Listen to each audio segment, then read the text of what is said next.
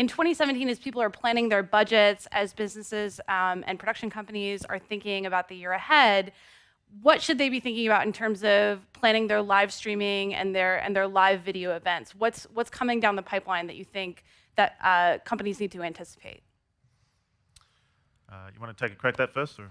Yeah, well, I mean, the obvious thing to say is plan to get equipment like this, get whatever is appropriate for the kind of broadcast that you have in mind. But the other things I would say are simply do allocate some budget for lighting, allocate some budget for audio, boring stuff perhaps, but absolutely essential, because if you don't get the lighting right, it'll look terrible.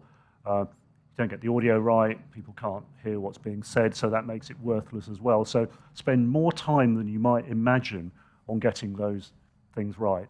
In terms of actually doing the live broadcast, just rehearse it as far as you can, and then just go for it.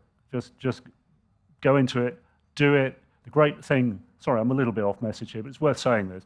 The great thing about doing a live broadcast is first of all, it's an appointment to view. People will understand that they have to be there like you guys are here and the people at home because it's happening at this time. Second thing is, don't worry if it goes wrong, because when it's gone, it's gone.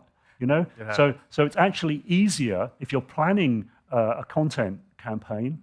Do consider live broadcast, because it's easier in a sense, in a very practical way, which is that once it's done, it's done. And whereas if you record something with the intention of post-producing it, making it look perfect, that can take exponentially longer and be more expensive and can be a deterrent to doing the next thing. And it loses authenticity. Loses authenticity as well. So you've got, the last thing on that tack is that obviously the audience can interact as if with you guys here in the audience, people at home can interact with us and be part of the show. And I always think it's good to know that for people watching at home, that we are sitting here now having this conversation at this time. So, gonna hold up a newspaper. Yeah, exactly. Yeah. So, as far as planning for the future, you had to take account of those things I was talking about as much in the future as you do, as you do now. Yeah, and I think from a manufacturer's standpoint, better, higher picture quality, looking ahead, planning for the future technology trends, whether it's 3G, 4G, 5G, or whatever the G.